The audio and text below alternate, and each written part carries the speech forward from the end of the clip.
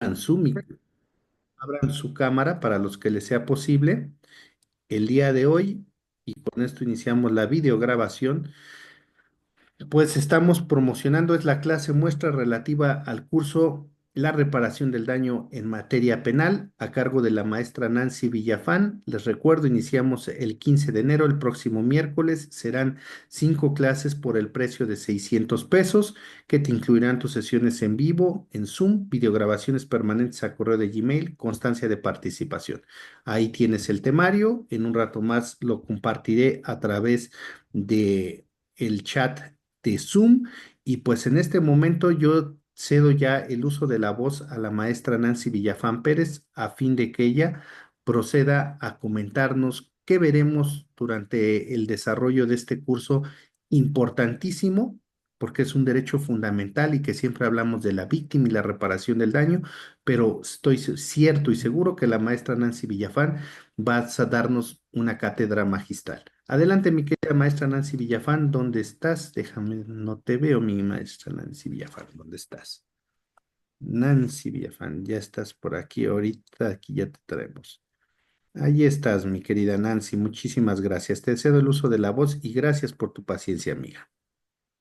Gracias, Manuel. Pues gracias a todas y todos que se dieron cita para el día de hoy tener esta charla introductoria en donde, como ya lo decía Manuel, estamos anunciando este curso que ya veníamos planeando desde finales del año pasado. Es un curso en donde decía Manuel justamente que había muy poco material bibliográfico y efectivamente es uno de los temas que difícilmente han sido abordados tanto en la cuestión doctrinaria académica como incluso la misma labor que ha venido haciendo la Suprema Corte de Justicia de la Nación. Prácticamente es a partir de la 11ª época, cuando se da la reforma en materia de derechos humanos, 6 y 10 de junio de 2011.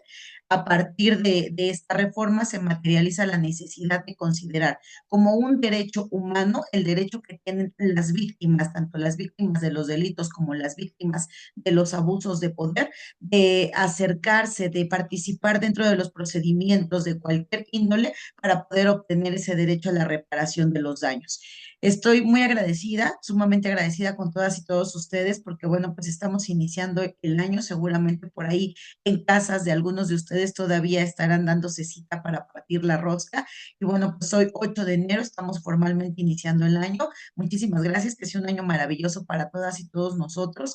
Obviamente es un año de muchos cambios, vienen muchos cambios jurídicos, ya por ahí el 31 de octubre, justo uno de los cursos que anunciaba Manuel, perdón, el 31 de octubre se dio esta reforma, se publicó la reforma que ya sabíamos que se tenía que publicar porque ya había sido materia de debate en el Congreso de la Unión, posteriormente pasó para su aprobación en los congresos de los estados de la República Mexicana y finalmente para su aprobación en el Poder Ejecutivo se publica en el Diario Oficial de la Federación, turno vespertino, la reforma al artículo 19 de la Constitución, párrafo segundo, en donde parece que trae un nuevo criterio de prohibición de interpretación de las normas, tratándose de la aplicación de la prisión preventiva en los supuestos de delitos de prisión preventiva de carácter oficioso que se sumaron a ese 19 párrafo segundo, más la reforma al artículo 21 de la Constitución.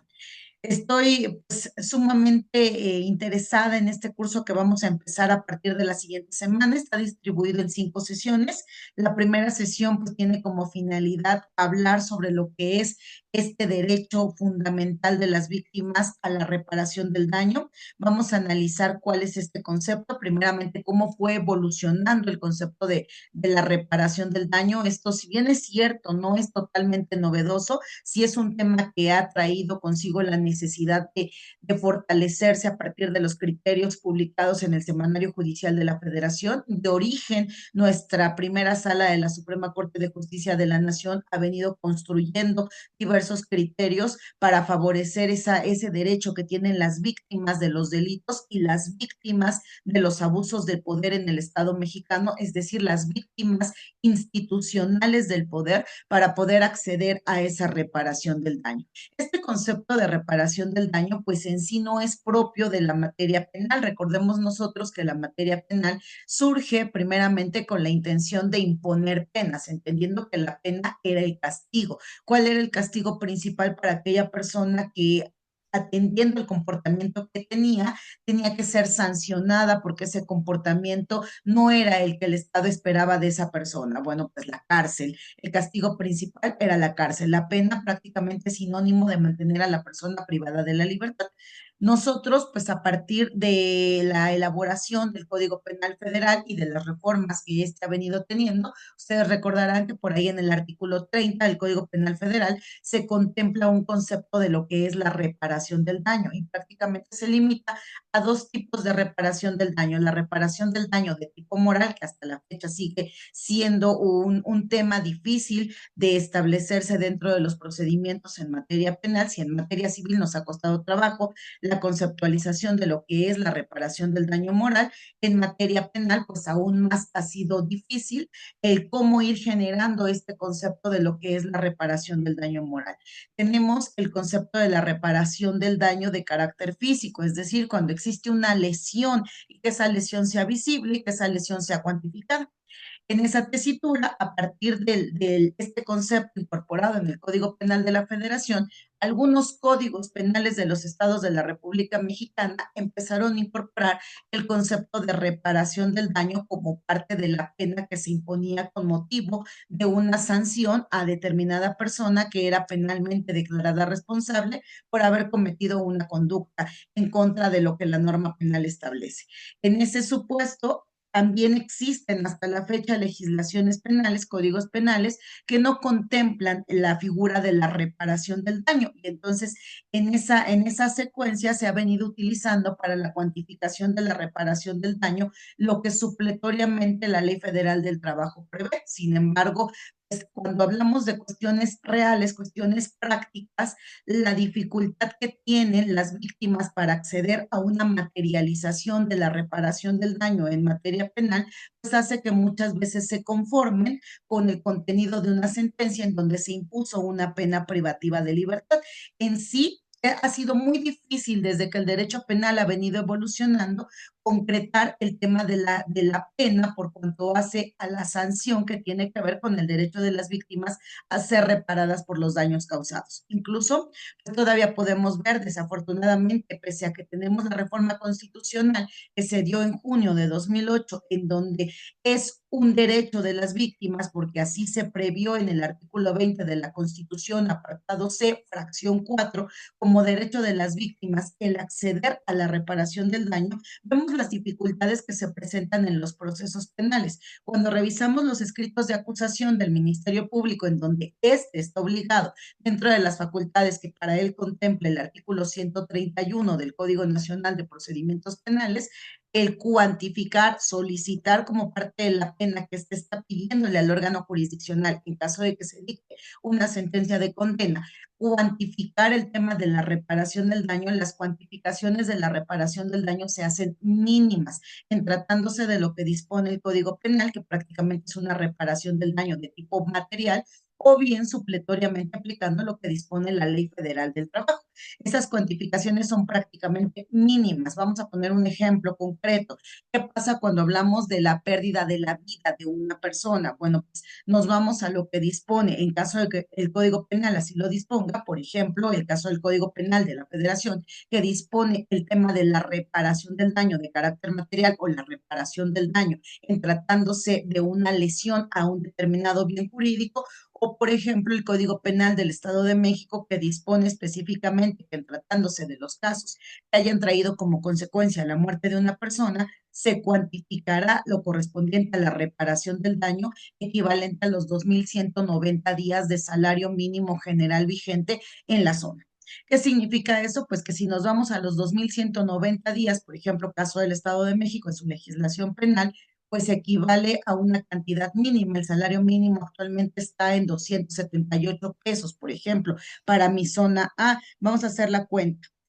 Son 2.190 días por 278 pesos. Me da una cantidad actualmente de 608,000 pesos, 820 aproximadamente, por un tema de reparación del daño. Quizá en el escrito de acusación el Ministerio Público va a sumar el tema de los gastos funerarios, pero preguntaría yo, qué harían las víctimas indirectas en el caso de la víctima directa que ya no cuenta con vida y que se quedaron, por ejemplo, un hijo en condición de discapacidad, una esposa que prácticamente con el esposo había generado el compromiso de que ella se haría cargo de las cuestiones del hogar, se haría cargo de las cuestiones del crecimiento de los hijos.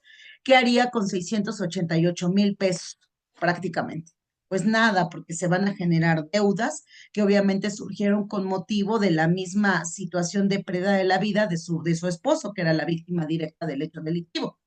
Hoy el concepto de reparación del daño implica una labor en donde el asesor jurídico victimal, la misma víctima, porque es un derecho de esta, de acuerdo a lo que dispone en tratándose de los procedimientos penales, el artículo 12 de la Ley General de Víctimas, que además, atendiendo a un principio pro persona, puede ser aplicada supletoriamente de manera indistinta, ya sea que tenga yo, por ejemplo, en el caso del Estado de México, yo tengo mi ley de víctimas del Estado de México, o si el hecho sucedió en Ciudad de México, tengo mi ley de víctimas de la Ciudad de México, pero indistintamente yo puedo aplicar lo que dispone la Ley General de Víctimas, porque como esta lo establece en su artículo 1, es una ley de orden público, es una ley de carácter general y es una ley que tiende a aplicarse en todos y cada uno de los estados de la República Mexicana.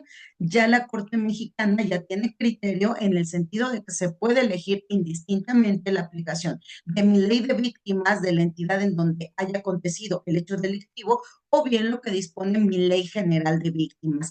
Aquí no es necesario que, por ejemplo, si el hecho aconteció en Ciudad de México, yo rija mi petición de la reparación del daño conforme a lo que dispone mi ley de víctimas de la Ciudad de México. Puedo elegir, si me es más favorable, principio pro persona, puedo elegir lo que dispone mi ley general de víctimas, porque, insisto, de acuerdo a lo que dispone el artículo 1 de esta ley de víctimas es una ley de carácter general, es una ley de orden público y es una ley que tiende a aplicarse en todos y cada uno de los estados de la República Mexicana.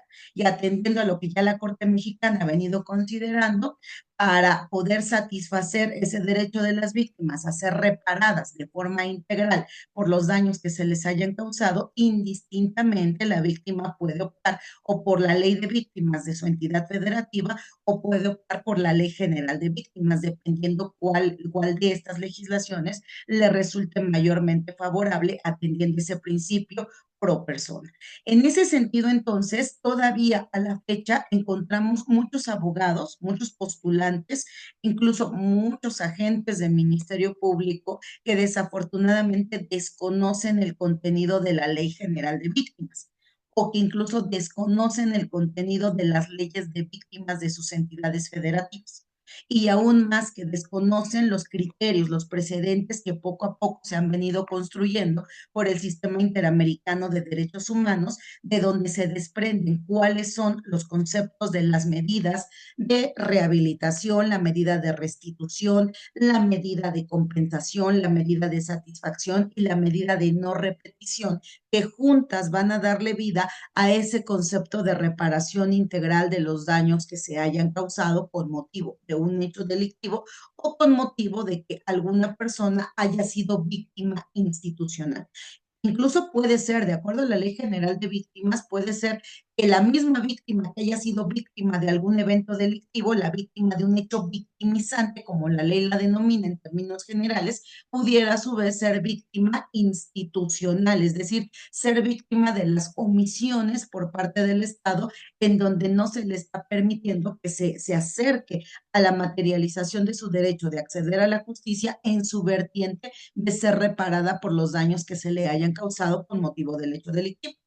Desafortunadamente, ante el desconocimiento de cómo es que se van a conformar, número uno, la materialización de las víctimas para poder acceder desde el momento uno en el que éstas acuden a denunciar que fueron víctimas de un hecho delictivo, de poder acceder a todos los registros de carácter administrativo que se establecen de conformidad con la ley de víctimas de la entidad federativa correspondiente o la ley general de víctimas, más el reglamento de las leyes de víctimas correspondientes o de la misma Ley General de Víctimas, a lo largo del procedimiento penal se enfoca el agente del Ministerio Público por la acreditación del delito. Se suma la labor de un asesor jurídico que muchas veces es negligente, es omiso o es deficiente en su actuar. Y llegamos incluso a una etapa intermedia en donde se concreta la labor de participación de un asesor jurídico en presentar un escrito haciendo manifestaciones en términos del artículo 338, pensando que lo más importante de ese 338 del Código Nacional de Procedimientos Penales es solicitar que se le tenga para efectos del procedimiento a la víctima del hecho delictivo, materializando su derecho a constituirse como coadyuvante del Ministerio Público. Y eso no es lo más importante. Si ustedes se van a ese 338 del Código Nacional de Procedimientos Penales, este establece que las víctimas de los hechos delictivos, 3 días posteriores a que haya surtido efectos la notificación que se le hiciera de la acusación del Ministerio Público, así como del acuerdo que haya recaído a esta, en donde se tiene por presentada formalmente la acusación del Ministerio Público, se señala fecha y hora para que tenga verificativo la celebración de la audiencia intermedia. Esta deberá de pronunciarse también respecto de la reparación del daño, ofrecer los medios de prueba con los que cuente y establecer la cuantificación de esa reparación del daño.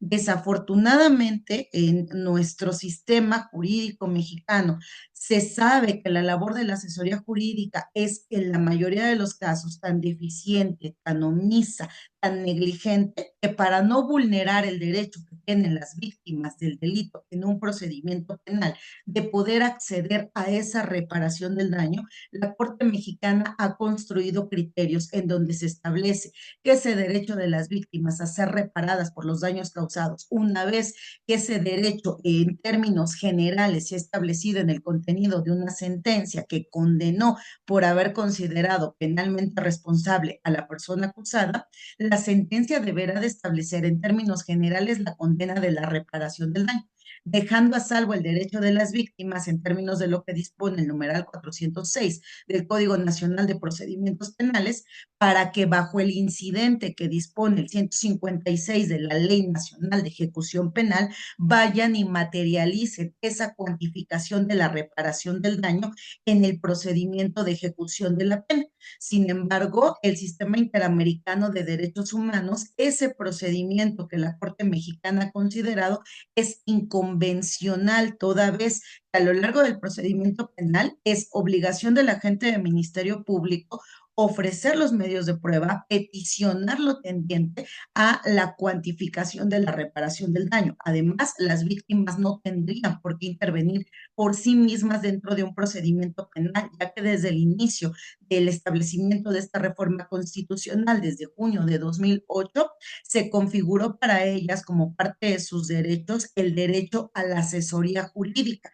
Esa asesoría jurídica no es la que se da por el agente del Ministerio Público. El agente del Ministerio Público es un órgano investigador de primer momento. El agente del Ministerio Público va a recabar la denuncia o la querella, va a informar de los derechos que le corresponden a la víctima dentro del procedimiento penal. El agente del Ministerio Público le va a explicar a la víctima que tiene el derecho a ser asesorada jurídicamente, ya sea por un asesor jurídico victimal, que en la mayoría de las entidades federativas dependen, están adscritos a las comisiones de atención a víctimas, o bien si cuenta con el recurso por un asesor jurídico particular. Ese asesor jurídico particular, yo siempre lo he venido diciendo, tendría que ser especializado en la labor de asistencia a víctimas. Una de las primeras funciones del asesor jurídico victimal es la de representar y asistir a las víctimas, salvaguardando los derechos constitucionales, convencionales y legales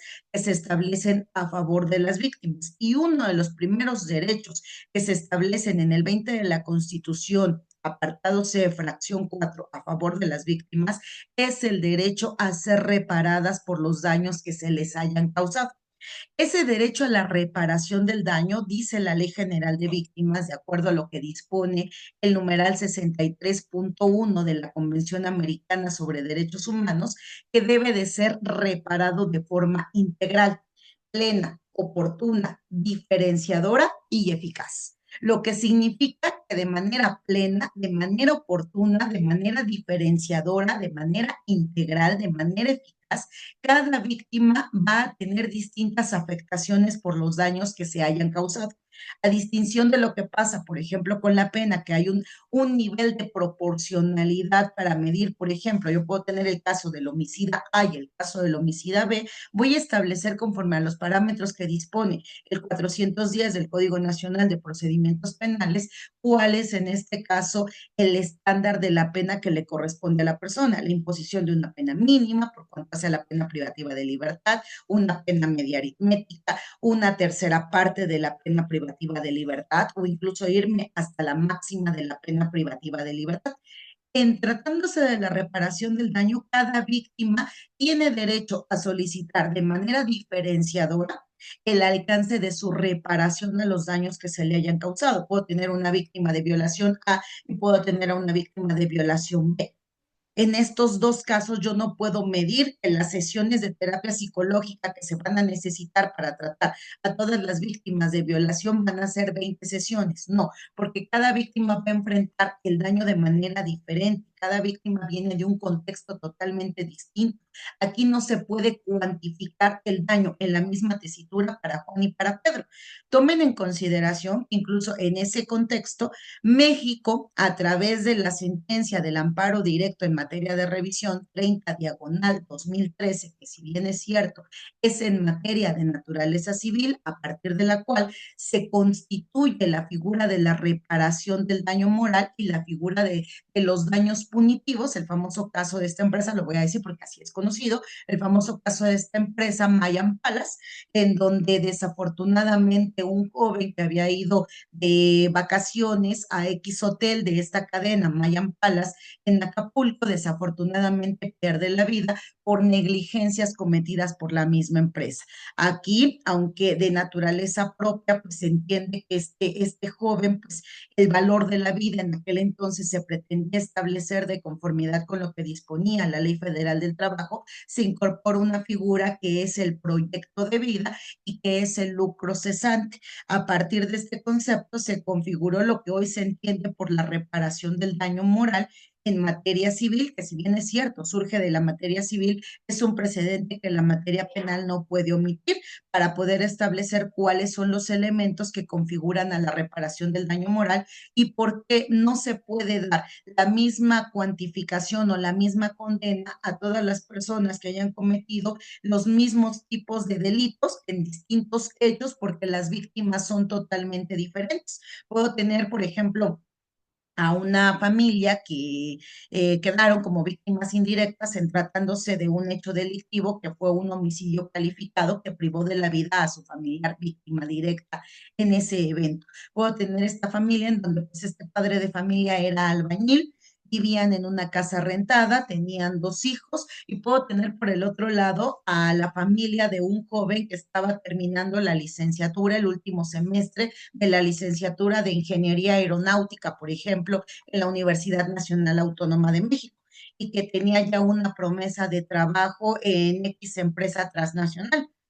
Tengo dos víctimas que, si bien es cierto, ambas fueron víctimas de homicidio calificado y ambas dejaron familias, la reparación del daño no se puede cuantificar de la misma manera, porque justo ese es uno de los parámetros que se establecen de este concepto de reparación del daño. Tiene que ser diferenciadora. El único límite de mi reparación del daño para efecto de su cuantificación es que resulte proporcional y que ninguna víctima pretenda enriquecerse con motivo de los hechos delictivos que vivió. Ninguna víctima pretendería de manera lógica enriquecerse con motivo de perdón, con motivo de este derecho a la reparación del daño. En ese contexto, vemos cómo al Estado mexicano le ha costado muchísimo trabajo la configuración de lo que son los planes de reparación del daño. Por ahí hay una maestra que es especialista en estos temas, que fue de las primeras que le tocó elaborar los planes de reparación del daño en un estado de la República Mexicana y que ha auxiliado a otras comisiones ejecutivas de atención a víctimas en otros estados de la República Mexicana y que ha sido un precedente, la maestra Esmeralda ha sido un precedente en tratándose de la configuración de los planes de reparación del daño en temas como son los temas de delitos sexuales y como son los temas de desaparición forzada de personas, ya sea desaparecidas por el Estado o desaparecidas por particulares. En esa tesitura, México ha tenido que ir tocando piedra en tratándose de cómo se elaboran los planes de reparación del daño, porque ninguna víctima vive el hecho delictivo, las consecuencias del hecho delictivo de la misma manera. Yo preguntaría a ustedes cuántas veces nos han topado con procedimientos penales en donde llegamos a la etapa de juicio oral, se emite un fallo de condena, se apertura lo que es la audiencia de individualización judicial de la sanción y reparación del daño y los tribunales de enjuiciamiento para no afectar el derecho fundamental que tiene una víctima a ser reparada de forma integral por los daños que se le hayan causado con motivo del hecho delictivo, toda vez que ya hubo un fallo de condena en donde quedó acreditada el delito y la responsabilidad penal de la persona, el tribunal de enjuiciamiento, supliendo la deficiencia de la queja, tanto de la representación social como de la asesoría jurídica, salvaguardando ese derecho de la víctima u ofendido, condenan de manera genérica a la reparación del daño, dejando a salvo el derecho que tiene esa víctima para poder cuantificarlo en el procedimiento de ejecución penal. Esto porque así lo dispone el artículo 406 del Código Nacional de Procedimientos Penales. Sin embargo, no debería de ser así. Y no debería de ser así porque la víctima no llega sola al procedimiento penal, porque número uno, la solicitud de la reparación del daño es parte de la pena. Si ustedes revisan los requisitos que se establecen en el artículo 335 del Código Nacional de Procedimientos Penales que dan vida a lo que debe de llevar una acusación por parte del Ministerio Público, uno de esos requisitos es la solicitud de la pena, el ofrecimiento de los medios de prueba para poder, en su caso, acreditar la pena que se está solicitando y esa pena se divide entre la pena consecuencia inmediata del delito, esto es la pena privativa de libertad, esto es alguna pena alternativa a la privativa de libertad, más la reparación del daño y los medios de prueba que se tienen para poder acreditar esa reparación del daño.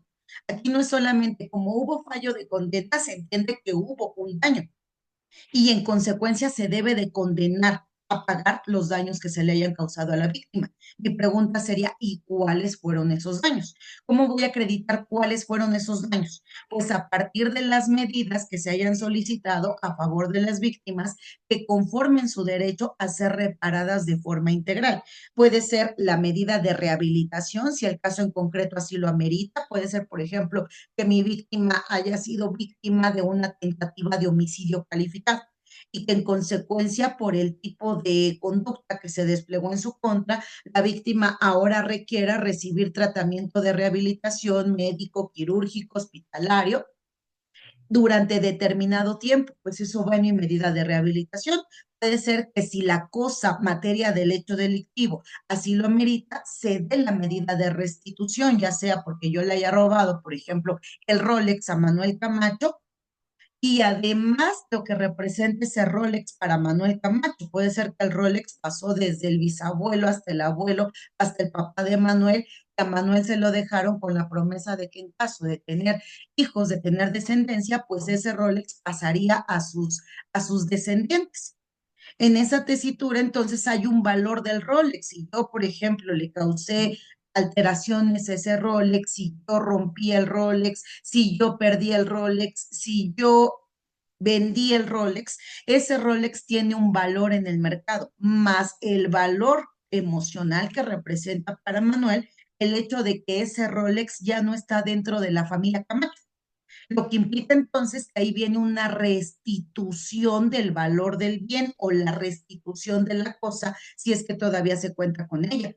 Habrá hechos delictivos en donde es evidente que no voy a poder restituir, por ejemplo, en tratándose de la vida, yo no puedo restituir. Por ejemplo, en un delito de naturaleza sexual, una violación, yo no puedo restituir a la víctima de ese daño que se le causó.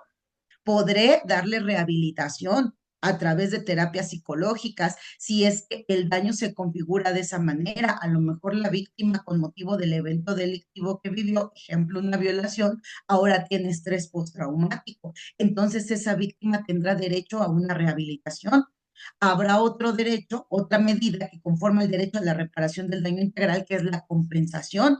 Aquí, por ejemplo, yo tuve que pagar dictámenes que no se pudieron llevar a cabo en la fiscalía, porque la fiscalía no contaba con este tipo de peritos. Yo tuve que pagar los servicios de mi asesora jurídica, Anel Villafuerte, porque el asesor jurídico que el Estado me había brindado del inicio, uno, cuando yo iba y lo buscaba, no estaba. Número dos, cuando yo le mandaba mensaje o cuando trataba de comunicarme con mi asesor jurídico público a través de llamada telefónica, pues resulta que nunca lo encontraba, nunca regresaba mis mensajes, nunca atendía mis llamadas. Entonces, yo no me mantuve jamás informada de lo que estaba sucediendo en el procedimiento penal en donde yo fui víctima. Ante esa negligencia del asesor jurídico público, mediante la necesidad de contratar los servicios particulares de la asesora jurídica Anel Villafuerte. Tengo estrés postraumático desde que sucedió el hecho delictivo. He tenido afectaciones en mi forma de alimentación, en mi forma de dormir, en mi forma de relacionarme socialmente. Y he tenido la necesidad de tener que acudir ante la psicóloga Gabriela Torres, porque en lo que yo me esperaba a las citas que se me dieron en el Centro de Atención a Víctimas de la Fiscalía, pues me dieron una cita hasta de 2 meses, hasta dentro de 2 meses. Y entonces el no atender las afectaciones psicológicas que se me causaron a partir de que fui víctima del hecho delictivo, me generó entonces una falta de ingresos, porque ante el miedo, ante el temor que yo tengo de salir nuevamente a la calle, de salir y de enfrentarme a la sociedad, pues esto me impidió continuar con mi forma de desarrollarme personal, profesional, laboralmente. Entonces había venido teniendo pérdidas. Para poder enfrentarme a estas circunstancias, pues tuve que acudir a los servicios de la psicóloga Gabriela Torres. Incluso tuve que acudir con el médico psiquiatra, con el especialista en materia de psiquiatría, porque fueron tantas las afectaciones que se me causaron que empecé a tener trastornos en el sueño. Y entonces tuve que atenderme psiquiátricamente, y ese servicio psiquiátrico yo tuve que costearlo, porque si yo me esperaba que el Estado me diera ese servicio, pues entonces yo iba a continuar con mis afectaciones. De todo eso yo voy juntando la documentación correspondiente que acredite que tuve que pagarle honorarios a la psicóloga Gabriela, que acredite que tuve que pagarle los honorarios al psiquiatra Ignacio, que acredite que con motivo del tratamiento psiquiátrico que me está brindando el psiquiatra Ignacio Sánchez, entonces yo tuve que acudir a comprar los medicamentos que él me recetó, y fui a la farmacia de especialidades X, y entonces me dio una factura, un ticket de compra por los medicamentos tales. Cada vez que yo iba a buscar a la gente del Ministerio Público, pues yo tenía que salir desde mi domicilio, que se encuentra en el Cerro de Coajimalpa, para poder trasladarme hasta las instalaciones del búnker en la Ciudad de México. Y entonces eso implicaba que yo dejara de ir a trabajar, eso implicaba que yo tuviera que generar gastos. Además, con motivo del hecho delictivo, yo utilizo muletas. Y entonces el traslado en servicio público a mí se me dificulta, para lo cual he tenido que costear servicios de traslado a través de taxis de plataforma. He recibido alimentos, porque a partir del hecho delictivo, con motivo del mismo, me surgió una afectación, por ejemplo, en mi sistema digestivo, y entonces yo solamente puedo consumir cierto tipo de alimentos. Bueno, siempre y cuando resulte proporcional, que esté relacionado con todos los gastos que se tuvieron que erogar con motivo del hecho delictivo, va en la medida de compensación. Hay una figura que se llama lucro cesante, hay una figura que se llama daño emergente, hay una figura que se llama construcción del proyecto de vida, en los casos en donde así lo merite, y va dentro de la medida de compensación. Luego viene la medida de satisfacción, que es el respeto irrestricto a la dignidad de las víctimas de los hechos delictivos. Y aquí la Corte Mexicana, los tribunales colegiados de circuito, han venido tratando de construir lo que significa el concepto de la medida de satisfacción. Si bien es cierto que si ustedes toman su Ley General de Víctimas en el artículo 26, en donde me dice cuáles son las medidas que conforman el concepto de reparación del daño integral, el 27, que me dice que conforma la medida de rehabilitación, que conforma la medida de restitución, que forma parte de la medida de compensación, que forma parte de la medida de satisfacción, que forma parte de la medida de no repetición. Lo difícil es trasladar estos conceptos a la elaboración de un plan de reparación, porque es ahí donde me correspondería a mí, asesoría jurídica victimal, diseñar mi plan de reparación, cuáles son todas las afectaciones que la víctima tuvo, cuáles van dentro de la medida de rehabilitación, si es que van relacionadas con motivo del hecho delictivo, cuáles forman parte de la medida de restitución, si es que se desprenden de la naturaleza del evento victimizante vivido por la víctima, cuáles forman parte de la medida de compensación, cuáles forman parte de la medida de satisfacción, cuáles forman parte de la medida de no repetición. En este concepto, evidentemente México apenas está en pañales en la construcción de lo que tiene que materializarse para la conformación de ese plan de reparación del daño integral, porque, insisto, no va a haber jamás ninguna víctima igual a otra. Ninguna víctima va a hacerle frente a lo que implica el hecho del hecho victimizante y las afectaciones que se derivaron para ella de la misma manera. No hay ninguna víctima igual a otra. Ninguna víctima le va a hacer frente a los daños que se hayan generado con motivo del hecho delictivo de la misma manera. Lo que significa entonces que se ha tenido que recurrir, por eso parte de lo que vamos a ver en la segunda sesión de este taller, de este diplomado, tiene que ver con los precedentes del sistema interamericano de derechos humanos. Aquí tenemos precedentes que van en lo que constituye el derecho de las víctimas a ser reparadas por los daños que se les hayan causado de forma integral, tanto en la medida de rehabilitación como en la medida de restitución, como en la medida de compensación, satisfacción y no repetición. México atiende, o sea, México al constituyente, al Congreso mexicano no se le ocurrió cuáles eran estas medidas de la reparación del daño solo porque sí atendemos a los parámetros del sistema interamericano de derechos humanos. Los tribunales europeos han venido generando también sus propios criterios sobre lo que es el derecho a la reparación del daño y cómo se conforma ese derecho de las víctimas, tanto las víctimas de los delitos como las víctimas del abuso del poder, a ser reparadas por los daños que se les hayan causado.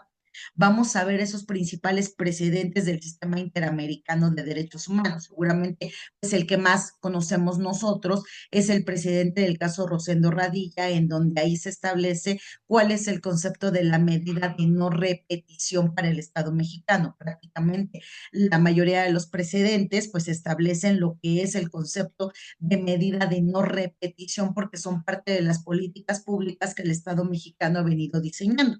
Aquí podríamos señalar, por ejemplo, el caso González y otras, mejor conocido como el caso Campo Algodonero. Podríamos señalar el caso de Valentina Inés Fernández.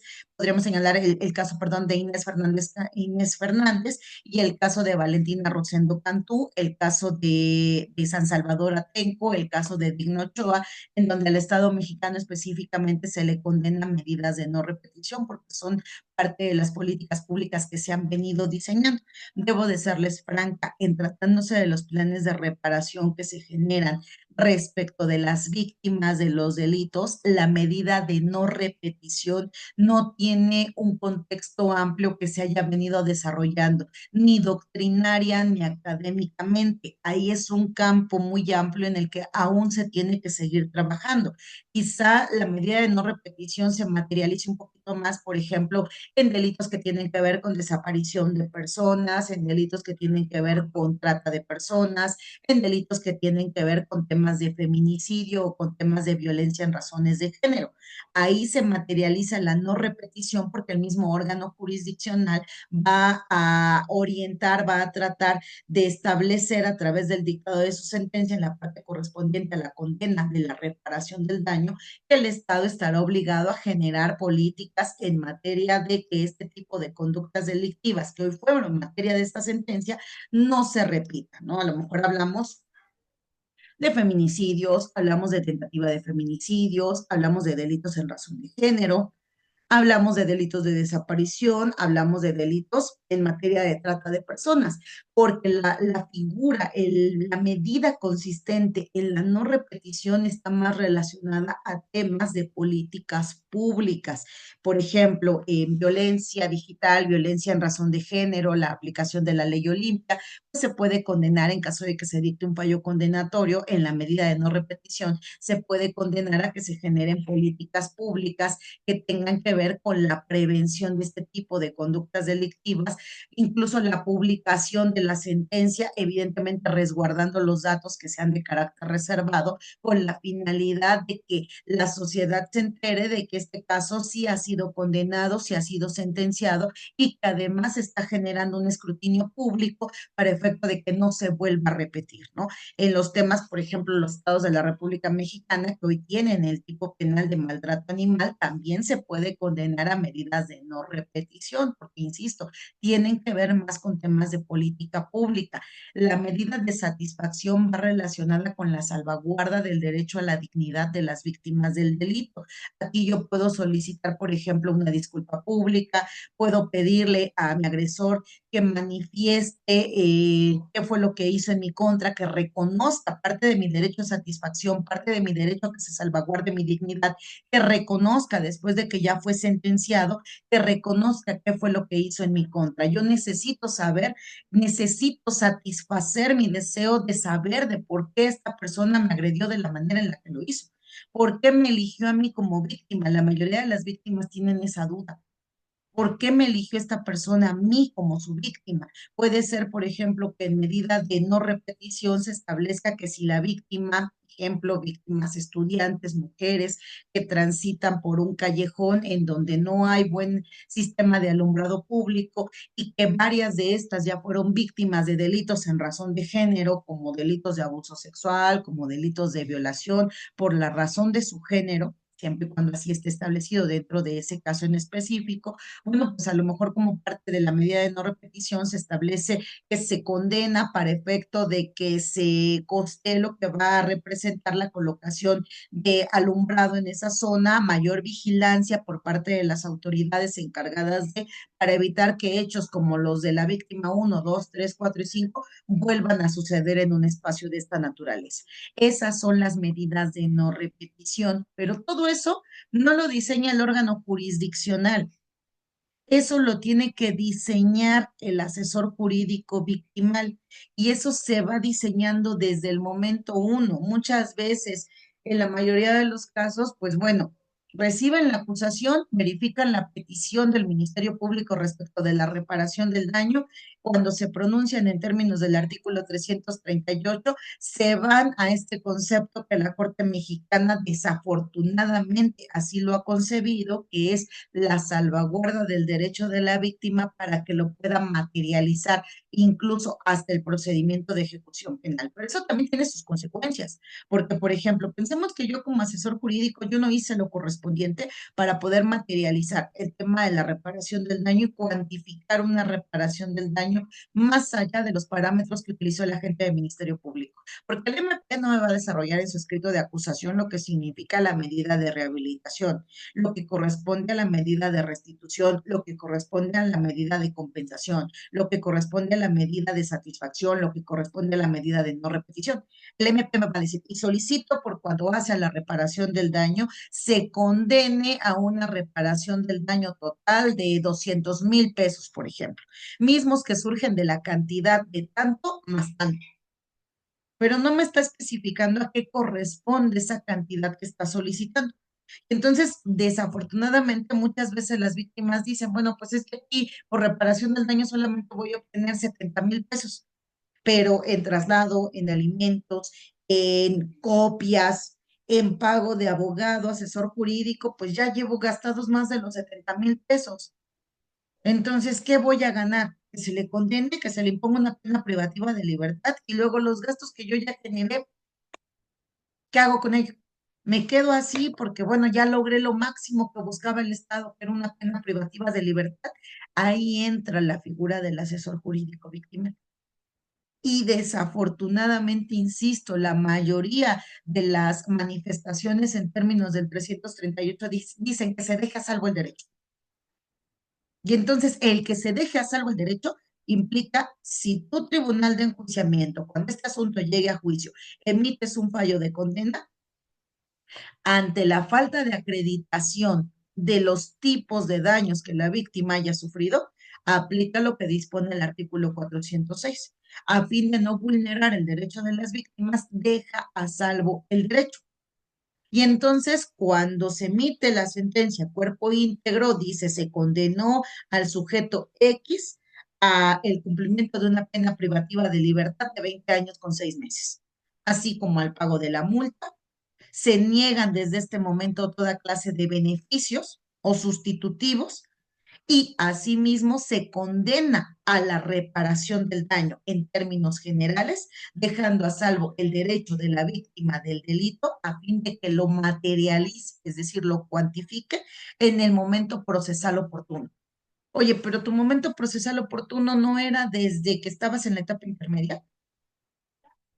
No llegaste a una audiencia inicial en donde se dictó el auto de vinculación a proceso y se estableció un plazo de cierre de investigación complementaria en donde tuviste que haber utilizado igualdad entre las partes, órganos técnicos. El asesor jurídico victimal tuvo que haber utilizado ese plazo de cierre de investigación complementaria para poder verificar qué tipo de daño sufrió la víctima y verificar cómo acreditaría esos daños sufridos por la víctima para darme una cuantificación total. No debiste de haber llegado a la etapa intermedia en términos de tus manifestaciones del 338, estableciéndome tu petición de reparación del daño como víctima del hecho delictivo y la cuantificación de la misma, más el ofrecimiento de los medios de prueba tendientes a acreditar esa reparación del daño. Y si hablamos de una reparación del daño integral, no debiste de haber construido un plan de reparación en donde se estableciera, de acuerdo a la naturaleza de los daños sufridos por la víctima, cuáles de las medidas que establece el 26, 27 de tu Ley General de Víctimas, 56, 57, Ley de Víctimas de la Ciudad de México, que son, creo yo, de las más completas. No debiste de haberme establecido cuáles eran las medidas que en este caso correspondían a esa reparación del daño integral. No debiste de haber elaborado un plan de reparación del daño acorde a las necesidades proporcionales que surgieron para la víctima a partir del evento delictivo vivido. Y desafortunadamente no lo hacen. Y entonces llegamos, sentencia firme, nos vamos a procedimiento de ejecución. En procedimiento de ejecución, el juez de ejecución va a ordenar que se aperture esa incidencia porque solamente cuenta con una sentencia que dice se condenó a una pena privativa de libertad por tanto tiempo y se condenó a pagar los daños que se hayan causado con motivo del evento delictivo por el cual se le declaró culpable. Y entonces, ¿qué hace el juez de ejecución? Pues me avientas a una víctima, me avientas una condena en términos generales por reparación del daño. Entonces, ahora tenemos que darle el derecho a la víctima que se materialice su derecho fundamental del 20 de la Constitución, apartado C, a que se cuantifique los daños que se le hayan causado. Porque con mi sentencia aquí que dice se condenó a la reparación del daño, pues yo no logro nada. Porque cualquier víctima me diría, y oye, ¿ya esto qué le hago? O sea, sí dice que se condenó a la reparación del daño porque determinaron que era culpable del delito que cometió en mi contra. ¿Y con esto qué hago? Ah, pues es que ahora hay que cuantificar, ¿no? Y entonces el juez dice, bueno, pues a lo mejor la asesoría jurídica víctima en ejecución tampoco sabe cómo cuantificar. Entonces, Ministerio Público, tú que eres especializado, échale la mano y cuantifica. ¿Y qué hace el MP? Como desafortunadamente también las fiscalías pues no han dado estos cursos sobre reparación del daño específicamente a los ministerios públicos y porque además es, digamos, accesorio a la pena principal que se está solicitando por el Ministerio Público, que fue la pena privativa de libertad, porque el MP en sí se tendría que ocupar de acreditar delito y responsabilidad penal. Si bien solicita la reparación del daño, porque así se lo establece el 335, la reparación del daño es un derecho fundamental de la víctima y la víctima tiene que recibir asesoría jurídica especializada desde el momento uno. Y el asesor jurídico que le asiste, que representa a la víctima, tendría que ser el que se ocupe de la reparación del daño causado. Y entonces, ¿qué termina por hacer el Ministerio Público en términos del 156 de la Ley de Ejecución Penal? Apertura el incidente. Y en el incidente, ¿qué dice? A ver, otra vez, vamos a lo mismo. Perito en psicología, ok, a ver, 50 sesiones psicológicas, 1,500 pesos por cada sesión psicológica. Me da un total de, a ver, ¿ha generado más gastos? ¿Cuáles gastos? Ah, transporte. Nomás hagamos una lista de cuánto generalmente ocupa usted de traslado desde su domicilio hasta las salas de audiencia, de las salas de audiencia, de regreso a su domicilio. Y entonces aquí sí la Corte Mexicana ha dicho que, bueno, pues el tema de traslados y el tema de alimentos, pues no necesariamente son susceptibles de acreditarse, porque entiendo que una víctima para poder llegar a una sala de audiencia se tuvo que trasladar, ¿no? Siempre y cuando evidentemente no me vaya a pedir por concepto de traslado 2 millones de pesos, porque entonces ya no son proporcionales a las necesidades que surgieron para la víctima. Pero si en el concepto de traslado generalmente utiliza dos servicios de taxi de aplicación y cada taxi de aplicación desde el lugar en donde se encuentra hasta el lugar en donde se tiene que trasladar y de regreso cobra 350 pesos, pues van a ser 700 pesos por un traslado en términos generales, más una alimentación. Obviamente la víctima no se va a meter a un restaurante para comer caviar a costo de la persona acusada y condenada si no está dentro de las condiciones de. Entonces, ¿qué vamos a establecer? Vamos a establecer proporcionalmente los gastos que la víctima haya generado por tema de traslado y por tema de alimentos.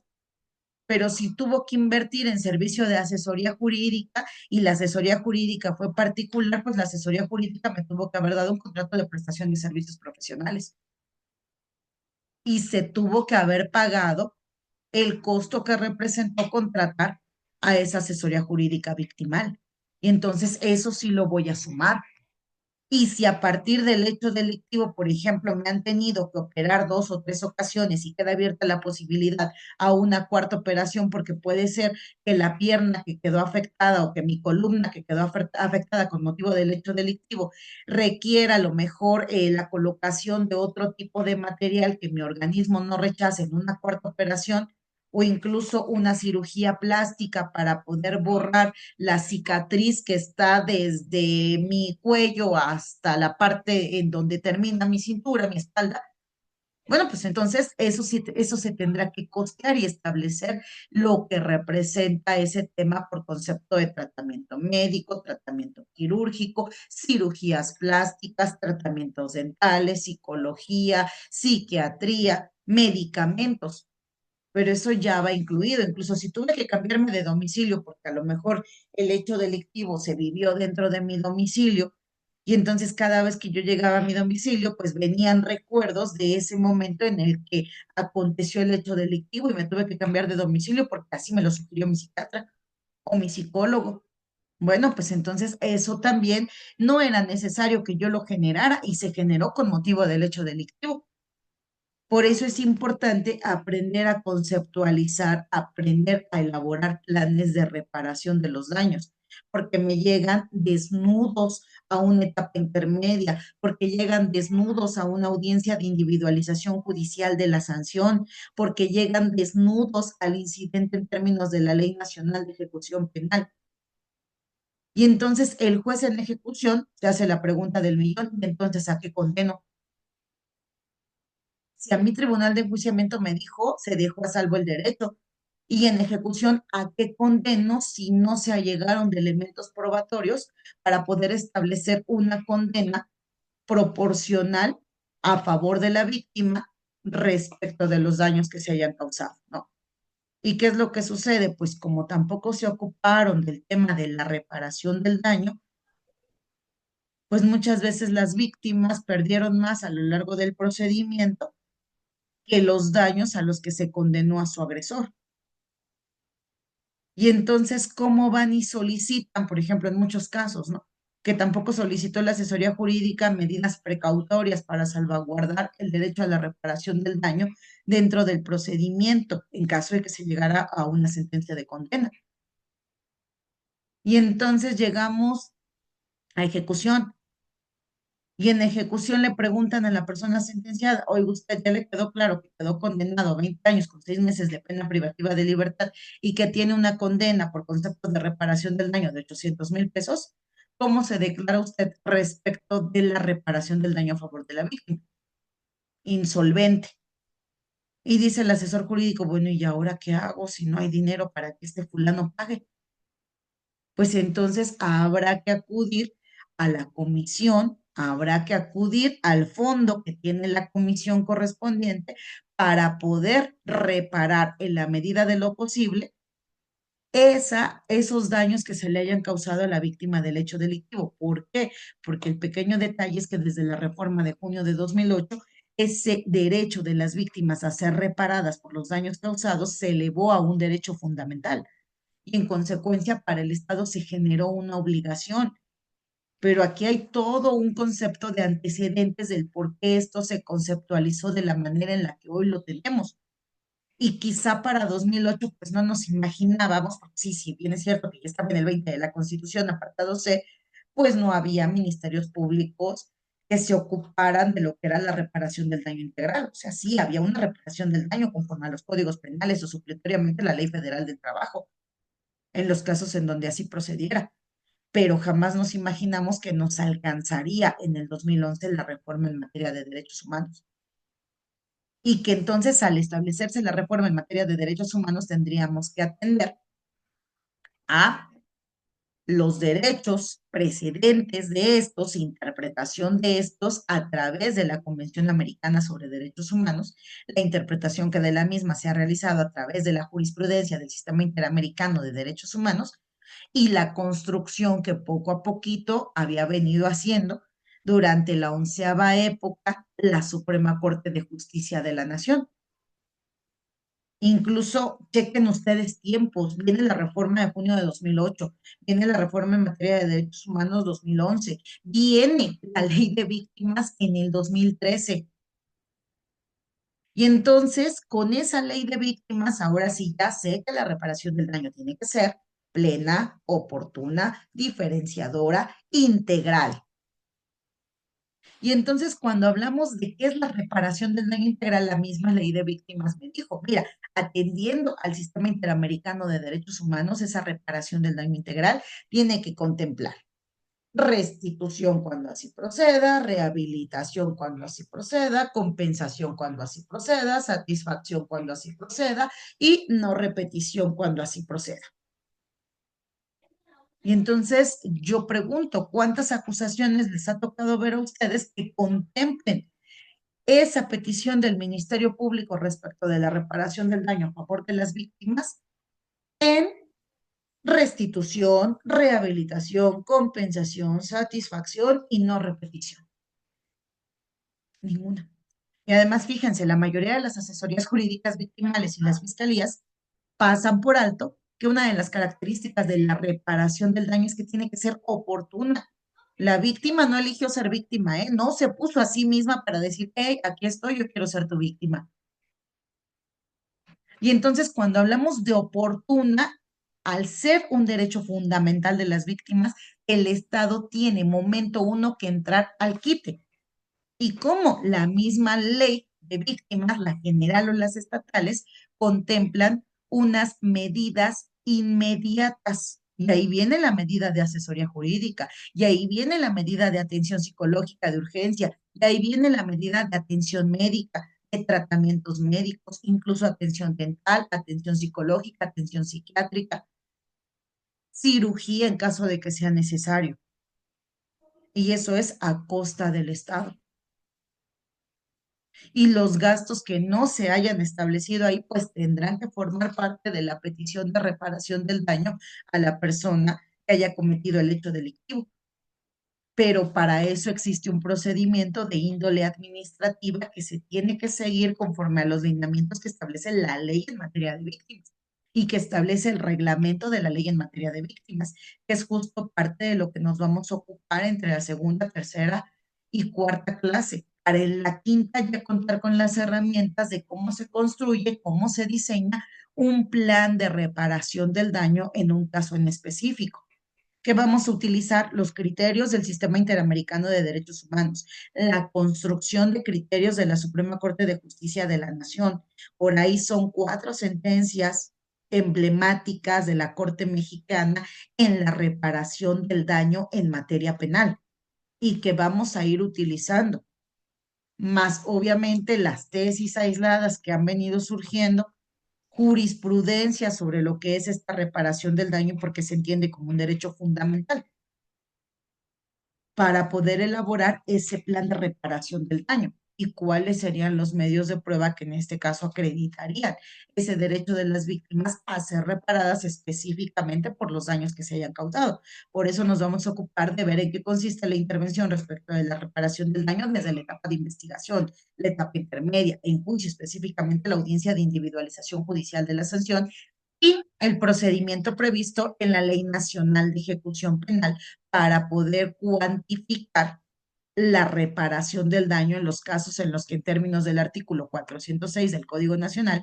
se haya dejado a salvo ese derecho de las víctimas en el dictado de la sentencia correspondiente por parte del Tribunal de Enjuiciamiento.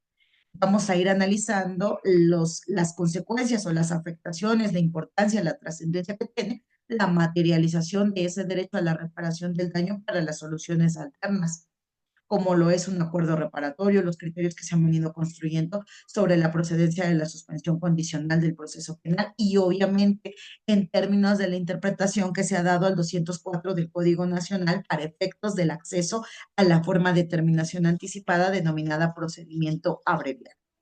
Prácticamente este taller que se está ofreciendo, que inicia a partir de la siguiente semana, pues tiene que ver con sintetizar estos criterios que hemos venido generando tanto en el sistema interamericano como en el sistema nacional sobre lo que es ese derecho a la reparación del daño. Son los puntos de los que vamos a estar ocupándonos gracias a ese espacio que Manuel nos brinda a través del Liceo Académico iniciando este año.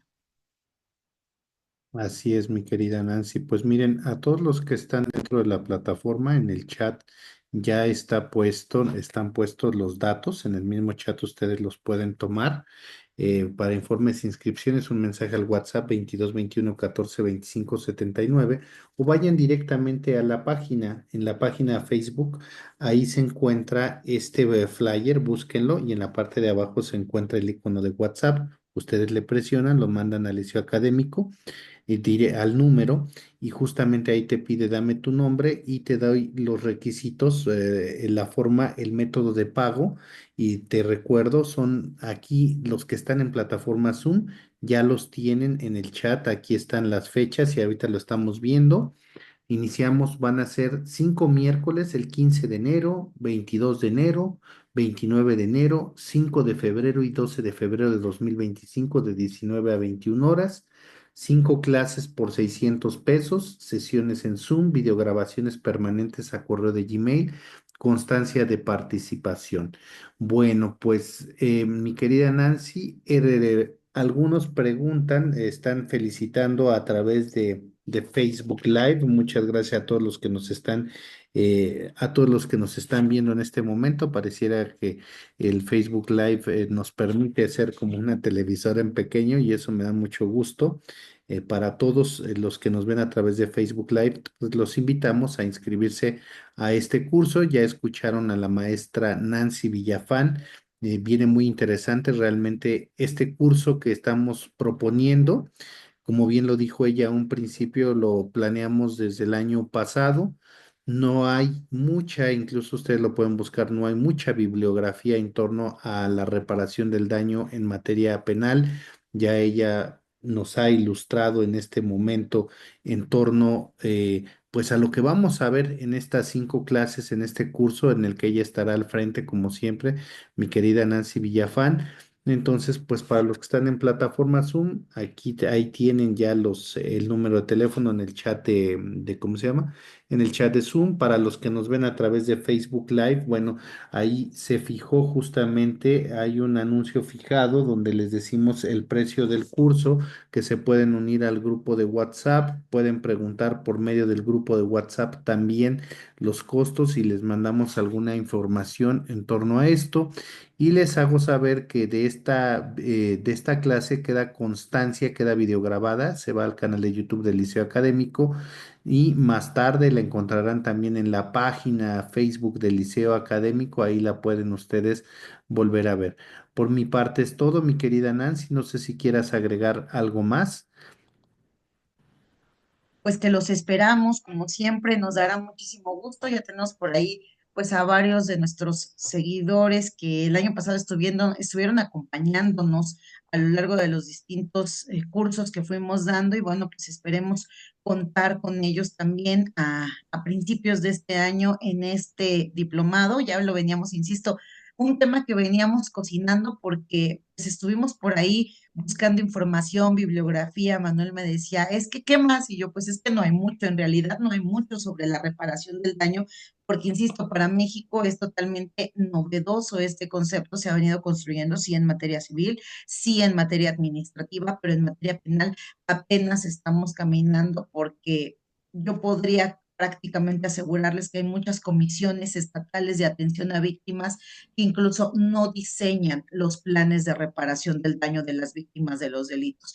Entonces, eso genera muchísima impunidad porque las víctimas se cansan de perseguir el esclarecimiento de los hechos, cuando incluso es parte de los requisitos que deberían de establecerse de conformidad con lo que dispone el Código Nacional de Procedimientos Penales desde que se está iniciando la investigación, ¿no? Pero seguimos dejando a la víctima como la que viene y me informa de un hecho delictivo para que yo active inmediatamente la maquinaria del Estado y vaya y persiga a la persona y la castigue a través de la imposición de una pena privativa de libertad. Hoy está tan de moda con las reformas que hemos venido teniendo, perdón, temas de política criminal o la criminal política, le llamo yo, pues parece que seguimos olvidándonos de las víctimas porque no hacemos lo necesario, ni tanto las fiscalías, ni las comisiones de atención a víctimas, ni las asesorías públicas, ni las asesorías privadas para salvaguardar ese derecho de las víctimas a la reparación del daño. Yo siempre he insistido mucho con Manuel en la necesidad de contar con asesorías jurídicas técnicas, asesorías jurídicas especializadas, porque en la medida en la que más se solicite, en la medida en la que más se cuantifiquen de manera adecuada reparaciones del daño, aunque tengamos personas sentenciadas en condición de insolvencia y reunamos los elementos suficientes para ir con el Estado y decirle, pues, ¿qué crees? Que Juan se declaró insolvente, pero tú tienes la obligación de salvaguardar mi derecho fundamental a ser reparada por los daños que se me hayan causado, porque yo ya tengo reconocido de manera definitiva el carácter de víctima dentro de un procedimiento penal. Fui víctima de un delito, tan es así que está una sentencia condenatoria con carácter de firme. Y entonces el Estado se va a obligar a tener que voltear a ver a las víctimas para poder repararles los daños que se le hayan causado a través de estos fondos de ayuda, que tampoco surgen de la nada. Hay un porcentaje de recursos que tienen que ser destinados a estos fondos de ayuda a las víctimas para que estos pellizcos a estos recursos de las comisiones de los estados o incluso de la Comisión Federal de Atención a Víctimas se materialicen a favor de las víctimas de los delitos. Yo siempre lo he dicho, no es que existan víctimas de primera, víctimas de segunda, ni víctimas de tercera. En tratándose de las víctimas, todas son víctimas de un delito. Para eso está el procedimiento penal, para dentro de las obligaciones que se tienen en la labor de investigación, esclarecer que efectivamente hubo un evento delictivo y que la persona que lo denunció, la persona que se queja, que se duele de haber vivido ese evento delictivo, sufrió un daño y con motivo de ese daño se le tiene que salvaguardar su derecho dentro del procedimiento a que se le repare en la medida de lo posible conforme al concepto de esa reparación integral del daño que se le haya causado. Si no hacemos esto, pues entonces las víctimas van a seguir generando condiciones de impunidad, el Estado va a seguir dándose la vuelta y desconociendo ese deber que tiene para con las víctimas, no solo las del delito, sino también las víctimas institucionales o como las menciona el sistema internacional de los derechos humanos, las víctimas del abuso del poder, ¿no? Entonces, pues yo los invito tanto en plataforma a través del Zoom, como los que nos están siguiendo a través de la plataforma de Facebook, a que la siguiente semana pues se unan a este taller que está diseñado para poder iniciar el miércoles 15 de enero de 7 a 9 de la noche y poder concluir el miércoles 12 de febrero de 7 a 9 de la noche. Será un honor, como siempre, poder coincidir con ustedes, con todas y todos ustedes, a inicios de este año y hablar sobre uno de los temas del que poco se ha hablado en nuestro sistema jurídico mexicano. Gracias a todos. Mi querida Nancy, pregunta nada más por ahí. Bueno, aquí lo dice el temario, pregunta por aquí un usuario, Nena Mosha, dice, ¿se puede dar en el curso ejemplo de cuantificación? Pues sí, ¿verdad? Veo que aquí se habla de construcción de un plan de reparación del daño. Además, en un principio la maestra por ahí les hizo hizo cuentas, les hizo algunas cuentas y también nos preguntan, Ale Ibarra dice, maestra, ¿se podría hablar sobre la prescripción de la reparación del daño? Sí, claro, es un tema que vamos a abordar justo en la clase 4 cuando lleguemos al tema de la ejecución penal, las reglas que se establecen en el procedimiento de ejecución sobre el tema de la prescripción de la reparación del daño. Bueno, pues muy bien, maestra Nancy. Pues muchísimas gracias a ti y a todos los que nos acompañan por plataforma Zoom, los que nos ven a través del streaming de Facebook Live. Gracias, ya está hecha la invitación. Los esperamos a partir de la próxima semana, el próximo miércoles. Serán 5 miércoles donde estaremos con la maestra Nancy Villafán en este pues magnífico curso que ha sido preparado con toda acuciosidad por la maestra para que podamos aprender junto con ella. Pues no me queda más que agradecerte, mi querida Nancy, a todos los que nos acompañan en plataforma Zoom, agradecer su presencia. Los esperamos la próxima semana. Anímense a inscribirse y pues nada más mencionar, el día de ayer falleció, yo creo que lo vieron todos, falleció la abogada Laura Alejandra Londoño Jaramillo, ¿no?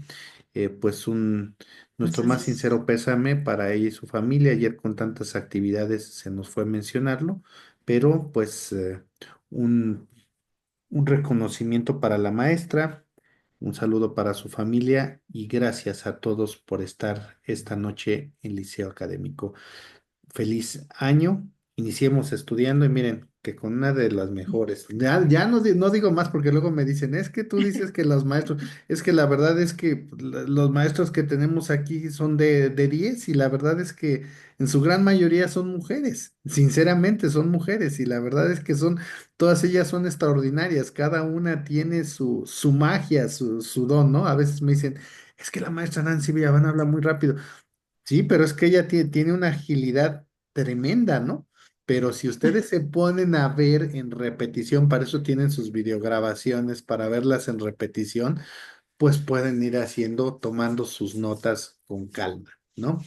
Mi querida Nancy, te mando un fuerte abrazo, amiga. Muchísimas gracias. muchísimas gracias, Manolito. Un abrazo para todas y todos y nos vemos el siguiente miércoles si Dios así nos lo permite. Nos lo permite. Excelente descanso. Excelente descanso a todos. Nos vemos la próxima semana. Bye. Que se animen a inscribirse. Hasta luego. Buenas noches. Bye.